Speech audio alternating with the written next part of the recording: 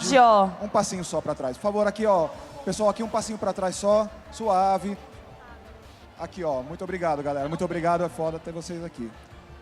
Eu quero chamar de Krypton para São Paulo, Tyler Hoechlin.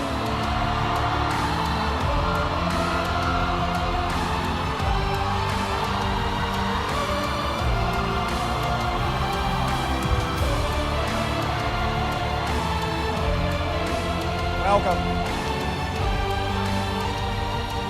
Thanks.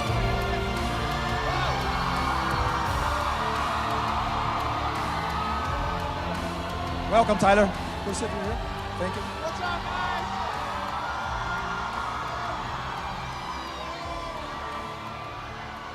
Welcome, Tyler. Welcome, welcome. Thank you. Oh my God. How does it feel Hi. How does it feel to land on Brazilian soil for the first time? I could not be more excited to finally be in Brazil. Wow. Boa tarde, São Paulo. I'm so excited to be here. I've wanted to come to Brazil for so long. This is just barely scratching the itch. I need to come back as soon as possible. You guys are awesome. This is like... Did So you good to ever be think here. that the love of the fans would be so overwhelming? I've heard stories of my Teen Wolf co-stars who have come down here, and they've told me of the passion of the Brazilian fans. So I was anticipating it, and you guys have not disappointed in the slightest. So Is this your first time in Brazil? first time in Brazil. First time in Brazil. And I believe you've been to some Comic-Cons in your career, is that right? I've been to quite a few Comic-Cons, yeah. I would say the only thing that comes close to this is San Diego, but I don't know. I think you guys take it. I think this is like, Cool. yeah, it's pretty insane. Well, you can see that you have a lot of positive feedback from the public. Like, actually, Superman and Lois, since day one, like since the beginning, had a really great critics, both from the public and also from the critics itself. So how do you feel about having so many positive reviews and also becoming a loved version of the Man of Steel? I'll be honest. I don't read reviews. I don't get into that. I've been in this business too long to do that. But I do know that it has been received well. I'm made aware of those things, and honestly, it's such an awesome legacy to be even a small part of. That I'm very grateful for the fact that the years I've been able to do it, that I feel like I've at least held up my end of it for now, and I get to pass it off to the next guy next year. So it's been really nice to know that people have connected with it and that it's meant a lot to people. It goes back over 80 years that character's been around. So to feel like we've done our part and we get to pass it on to the next, it's a really nice feeling. I'm glad people have enjoyed it. You said you've been around for a while.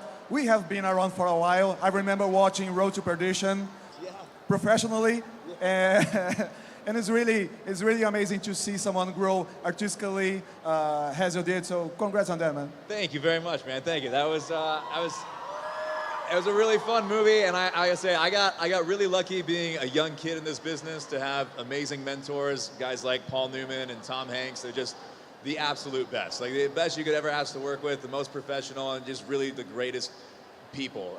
So I got really lucky to have that as a kid. And talking about long-form television, what is it like building a character since the beginning? Does your understanding of Superman change over the course of the seasons and the series? I would say that the version of Superman that I played on Supergirl is definitely different from Superman and Lois, just because we knew the tone of the show was going to be different. We knew that what they were going through was different. So there is definitely a slight difference in there. I think the heart of him and the soul of him is the same. But I do think there are things about him that, for me and my approach to it, definitely changed a little bit from that show to Superman and Lois. And then, of course, I mean, when you have good writers, as we do, which we're really lucky to have, each season they give you something completely new to challenge you with. And so different sides of the character come out compared to the season before. And I'm very grateful that our writers have been really good about giving us something different each year to really kind of push us into a different direction. It's been really nice. And here we have lots of Superman fans, Yeah. But we also have Teen Wolf fans, right? Whoa, it's louder. And I wanted to know, like, both of them had like a legion of fans. What do you think is the main reason that led these TV shows to win the heart of so many people?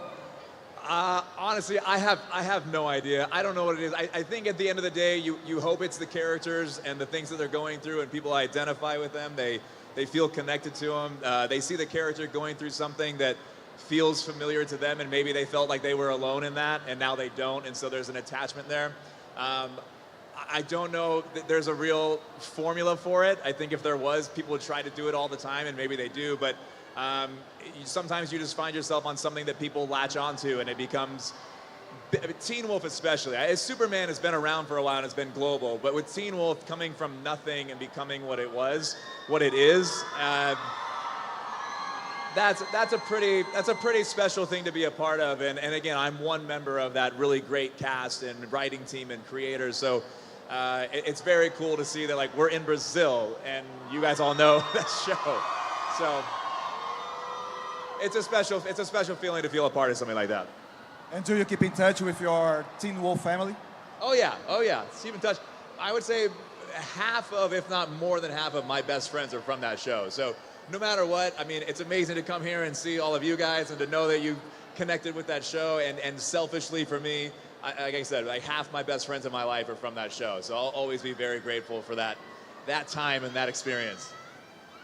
And during your creative process to bring Clark Kent to life, what marked you the most in this job to play such an important character?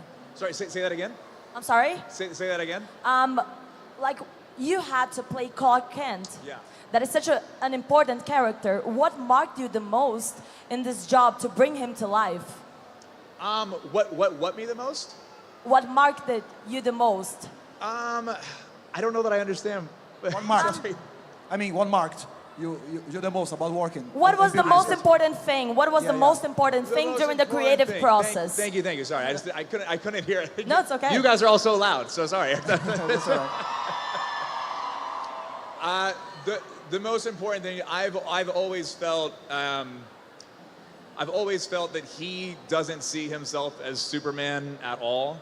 I think that he sees himself as Clark, and that even when he wears this suit, for him, he's still just Clark. That's just like the outfit that he wears to work.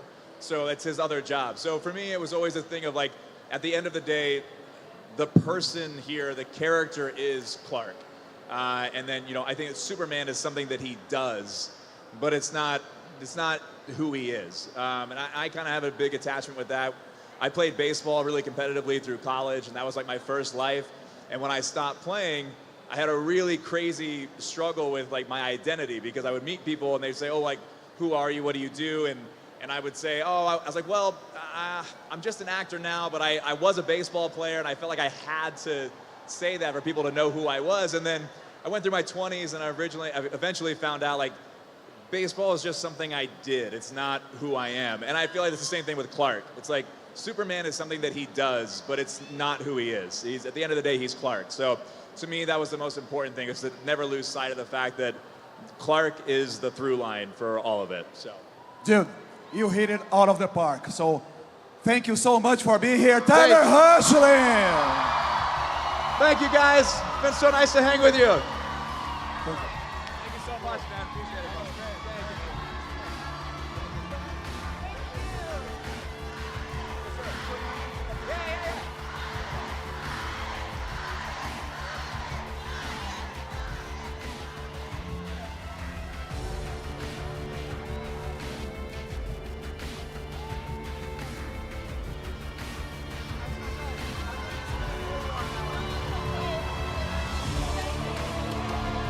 Tyler. Thank you, guys. Tyler. Ciao.